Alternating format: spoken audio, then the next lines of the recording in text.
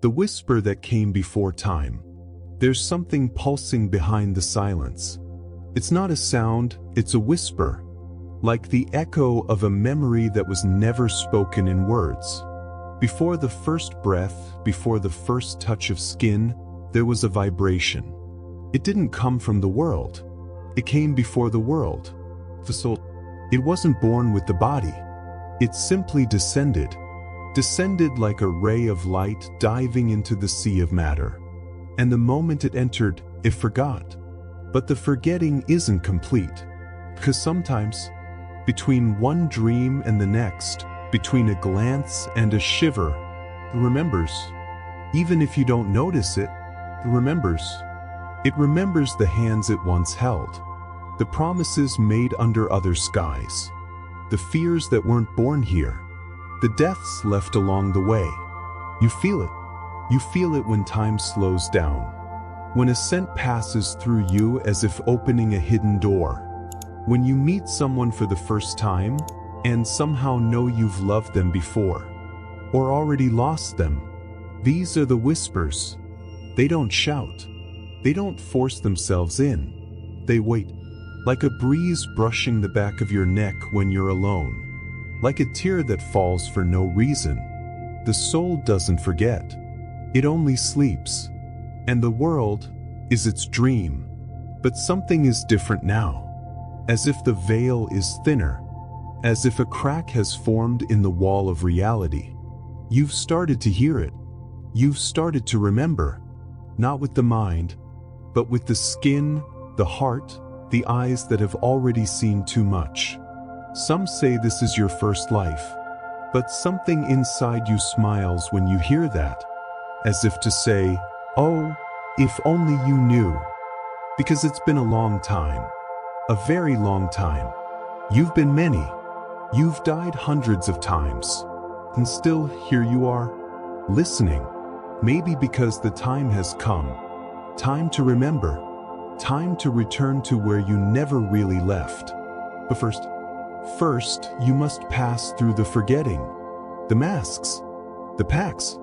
The invisible prisons that made you believe you were just another one. You feel it, don't you? Something is about to be revealed. Something that will change everything. Because maybe this life is just an interlude between the many you've already lived. The pact before birth. Long before you had a name, you were just consciousness, pure presence, like a drop about to fall into the ocean of existence. And up there, or was it in there? You looked at Earth, not with your eyes, but with your soul. You saw the chaos. You saw the beauty hidden in the shadows. You saw the open wounds of a humanity lost within itself. And so, you said yes. Yes to feeling the pain. Yes to forgetting who you were. Yes to being born small, fragile, and trying once again to remember. That moment, it wasn't random. There was a meeting, a circle of souls, mentors, guides. A plan woven in silence. Every detail of your life was stitched like an invisible cloak. The losses, the reunions, the joys, even the abysses. Because all of it would have a purpose. All of it would be a lesson. The soul doesn't choose comfort. It chooses awakening. And for that, sometimes, it must lose everything. To remember itself. There were souls who volunteered to walk with you. Some to love you. Others to break you. But even those who hurt you were fulfilling an agreement older than any memory. A pact written in light and tears. You didn't come alone. And you didn't come by accident. Before birth, you knew what you would face. And so, you came. But not every pact was made in light. Some souls were dragged by wounds so ancient they became chains. There are contracts of suffering that stretch across centuries. Vows of silence. Promises of loyalty to pains that should have been left behind. You feel it, don't you? That sense of repeating the same mistakes. Of loving those who always leave you. of sabotaging yourself even when everything is going well. Maybe it's not all yours.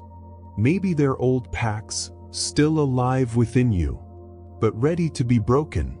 Because when you remember, you gain choice. And when you choose, you change the cycle.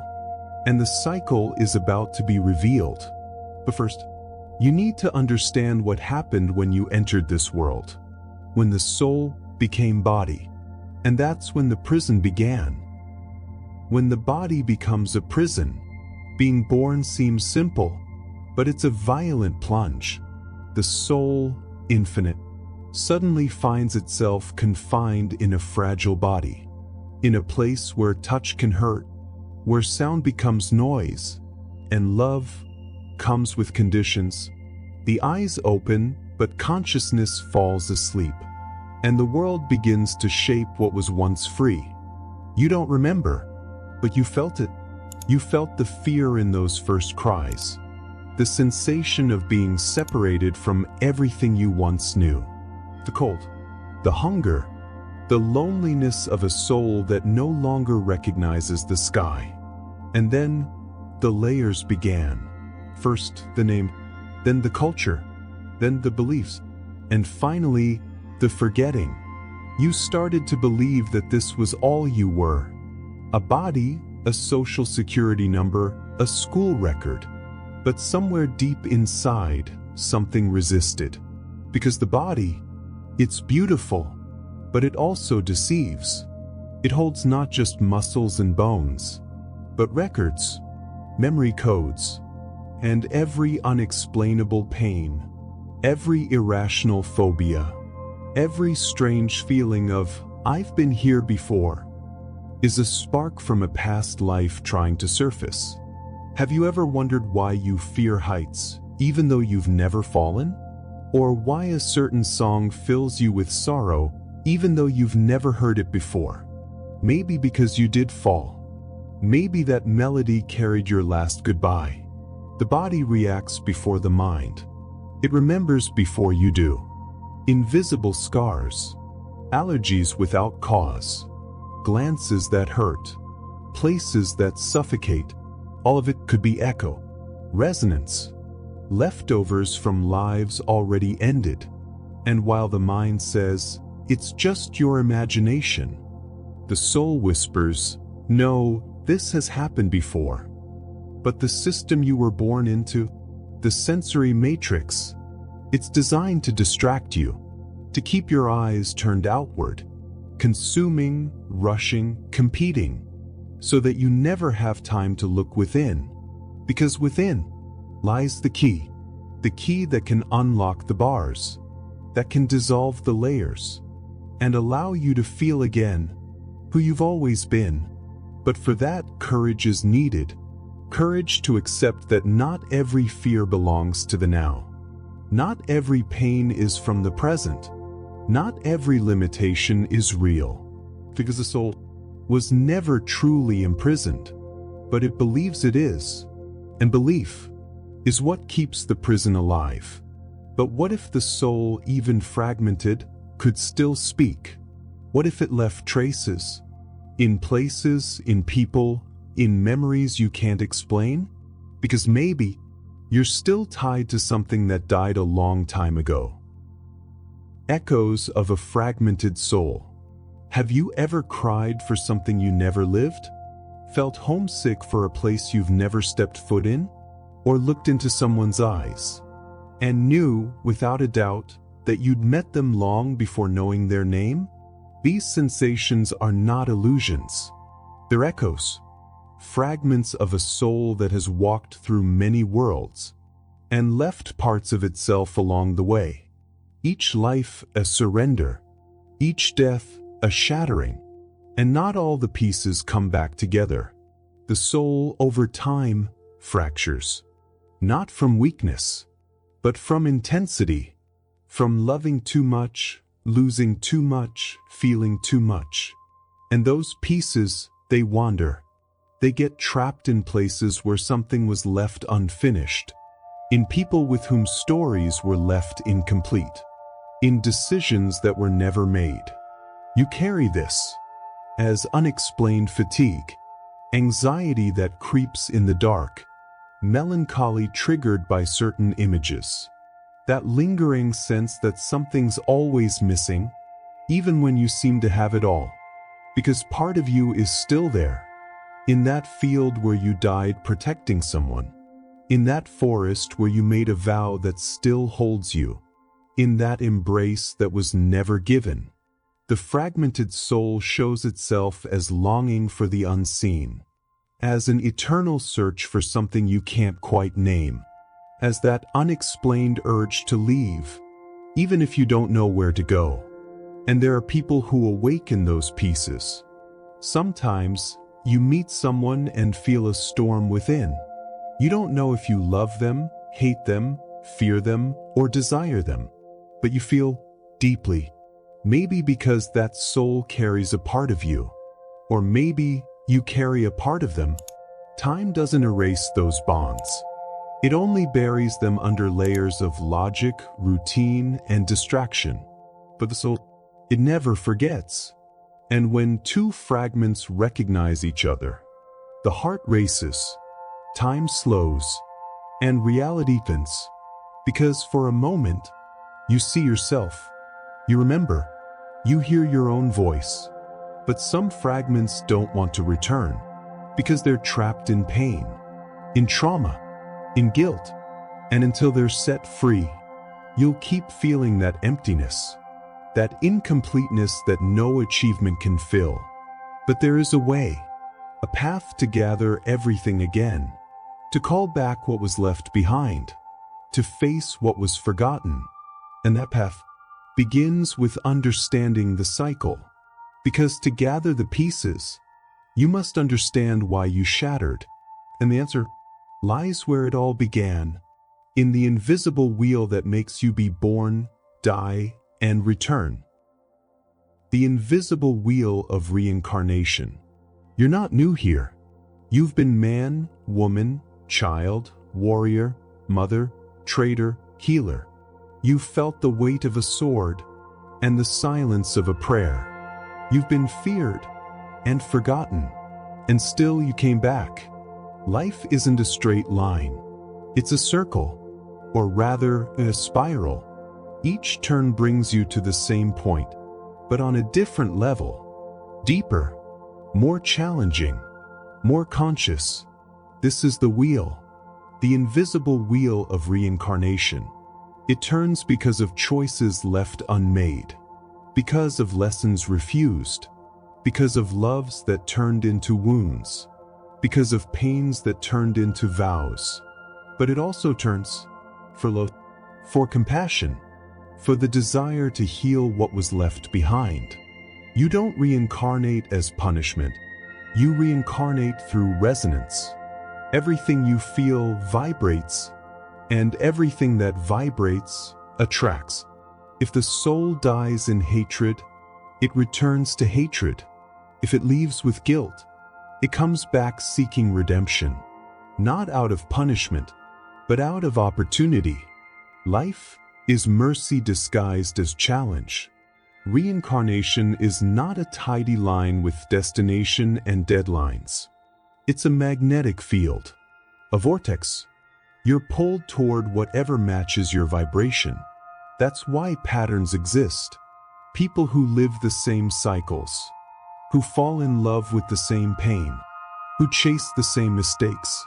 They're echoes of the wheel, called to return until they learn how to stop. And stopping is not escaping life.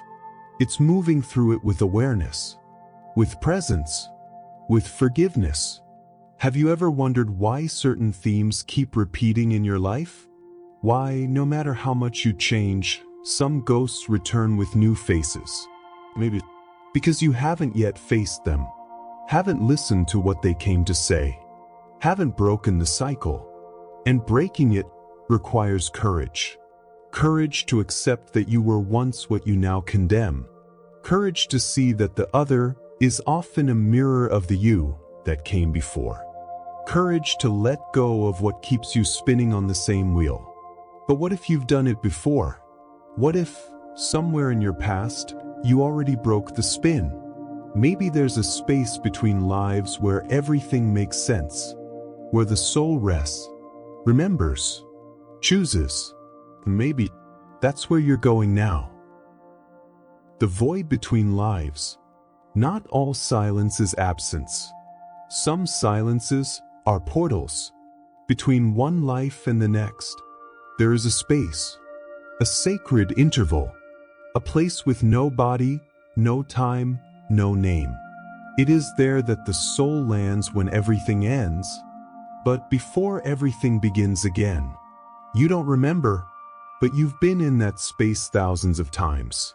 Floating, watching Earth from afar as if it were a stage, reliving scenes from your last existence, like someone watching a film where they're both the main character and the writer. In that place, there is no judgment, only understanding. You see the pain you caused, but also the pain that shaped you. You see the meetings that weren't meant to happen, and the ones written long before matter existed. It's in that space that the contracts are reviewed. Souls meet again. Promises are sealed. In the next life, I'll return as your child. Now it's my turn to teach you.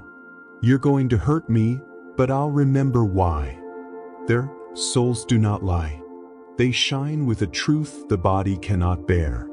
And that truth is what guides the next descent. But not every soul returns in freedom. Some come back out of love. They return to guide, to heal, to protect. These ones arrive with light in their eyes, and with living memory hidden in the lines of their gaze. Others, however, return because of debt, because of old, unresolved karma, because of pacts that still bind them to cycles of pain.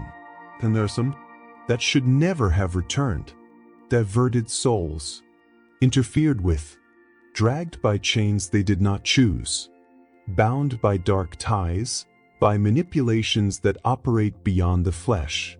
You feel it. You know something doesn't quite fit. Maybe your soul was pulled back before it was ready, without preparation, without remembrance. That's why the emptiness. That's why the heaviness. That's why the constant feeling of being out of place. But even that can be healed, because in the same space where forgetting was forged, memory also dwells, and it's beginning to surface. You feel it in your dreams, in the sensitivity that keeps growing, in the intuition that whispers truths no one ever taught you. Maybe now, you are about to reclaim what you left behind in that interval. The truth, the direction, the spark that once guided your choices. But there's something more, something that followed you, something that never left you. Because not all souls stay on the other side. Some, even after death, remain with you. The souls that follow you. You don't walk alone. Even when the house is empty. Even when your pillow knows your tears in silence. Even when no one understands what you're feeling. Still, there are presences. Souls that walk beside you. Some as beacons, others as shadows, but all with stories woven into yours. Some came out of love. You recognize them in the eyes of those who embrace you without needing any explanation. In the silent connection that needs no words. In the feeling of coming home inside a hug. These souls were once your mothers, or children, or lost lovers. They promise to return, and they do. Others, however, come as shattered mirrors. They confront you, they awaken you, they hurt you, but even through the pain, they are fulfilling the soul's pact. Have you noticed how certain encounters shift your frequency? As if someone appears, and with a single glance, places you face to face with yourself? These encounters aren't random. They are orchestrated from layers far beyond logic's reach. Ancient karmas, forgotten promises, cycles seeking closure. There are souls that have followed you for centuries. They watch over you. They wait for you. Some to protect, others to collect. And then there are those who couldn't move on. Souls that died with bonds still alive. People you lost, who couldn't let go of your hand. They're close, in the scent that appears out of nowhere, in the song that plays exactly when you think of them, in the chills for no reason, as if someone whispered, "I'm here."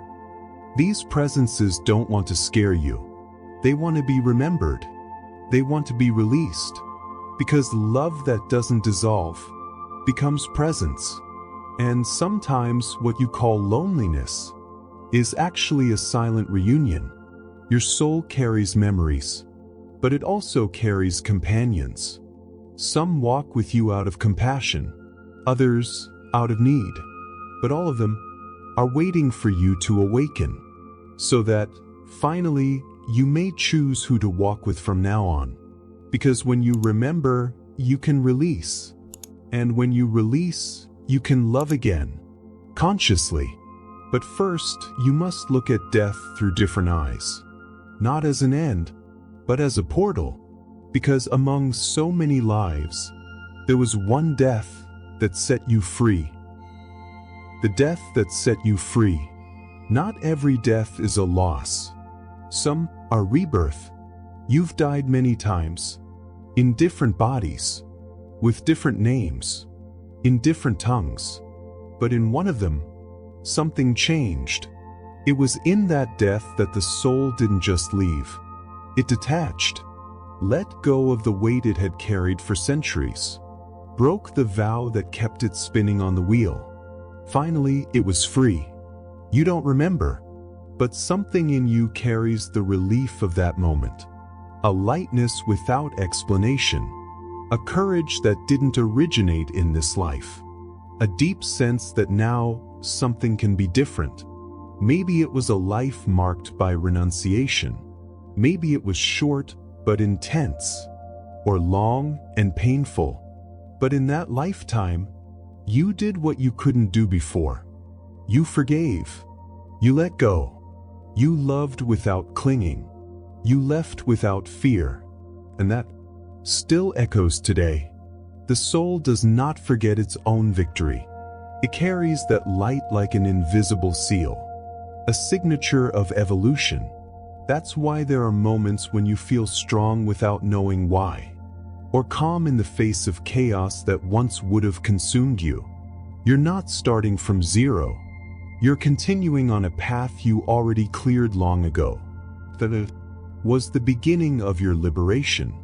And still you came back. By choice. By love. Because there is something only you can do here. Something that depends on a memory that still burns, even while asleep. That death was a portal. A crossing. The bridge between the old self and who you are becoming now. But the world made you forget. And the matrix distracted you. Still it pulses. That memory hidden in the heart of your being. It guides you even without a map. It whispers, you've been free before. You can be again. Because now, you stand before a new choice. A silent crossroads between repeating or awakening. And maybe, just maybe, this life you're living now is the last one before the great remembrance. The last life before awakening. Something has changed. You feel it. You can't explain it, but you feel it. The world seems the same, but the way you perceive it isn't. Colors are more vivid, silences deeper, encounters more intense, the signs more frequent, vivid dreams, déjà vus that strike you like arrows, premonitions that come true, and a longing for something that hasn't happened yet. It's as if you're remembering the future, or recognizing a path you've never walked, but always knew. This life is not just another among many. It's different. It carries something the others didn't, the chance to remember everything. The veil is thinner, the matrix more fragile, the calling louder. You see through the lies. You feel the manipulations. You question the rules. And behind the routine, there's a sacred restlessness, a whisper that says, you didn't come here just to survive. You came to integrate, to gather the fragments of your soul, to close the cycles, to break the wheel. And if you're hearing this now, it's because you've already begun. You're not searching by accident. You're not feeling all this for nothing. Your soul is awakening, not like a scream, but like the rising sun, silent, inescapable, inevitable. Everything you've lived up until now, the pain, the encounters, the failures, the ecstasies, was meant to bring you here. And now the choice is yours. You can go on living as if this were just another life, or you can accept what already is, the end of the cycle. But to step off the wheel, wishing is not enough. You must remember who you were, what you promised, what you left unfinished, what needs to be released. Remember with the heart, with the skin, with the eyes of the soul. Because when you remember, everything will change. Time will yield, the veils will fall, and the soul at last will recognize itself. But for that, you must cross the final portal. When the soul recognizes itself, in the end, it's not about how many times you've died, but about how many times you chose to continue. The soul does not fear death. It fears forgetting. It fears living a life without soul, a routine without presence, an existence without meaning. But now, you're starting to remember, not with the mind, but with your being, with that part of you that was never named, but always there. The soul recognizes itself in the details, in the silence that moves you, in the music that makes you cry for no reason, in the light in the eyes of someone you love without understanding why, in the certainty that something greater exists, even if it's invisible. It recognizes itself when you choose forgiveness, even when you have every reason to hate, when you let go, even while missing someone, when you say yes to life, even without understanding everything. In that moment, something aligns inside you, like cosmic gears clicking into place, like a mirror that finally reflects without distortion. You have been many. You have died hundreds of times. But each death brought a peace, each life a chance, each pain an opening. And now, the pieces are returning. The fragments are reuniting. You are not becoming someone new. You're returning to who you've always been. The veil is falling. Time is collapsing. What once was future is blending into now. Do you feel it? The soul is no longer searching. It recognizes itself. And in that recognition, it awakens. There is no more rush, no more fear, only the path and the truth that blooms with each step. You are not a mistake. You are not a coincidence. You are not a body that has a soul. You are a soul that dared to live in many bodies. A spark of the eternal, dressed in time. And now, finally, you're beginning to remember. You are not a body that has a soul. You are a soul that dared to inhabit many bodies. And now, finally, you are beginning to remember. May that remembrance set you free and lead you back to who you've always been.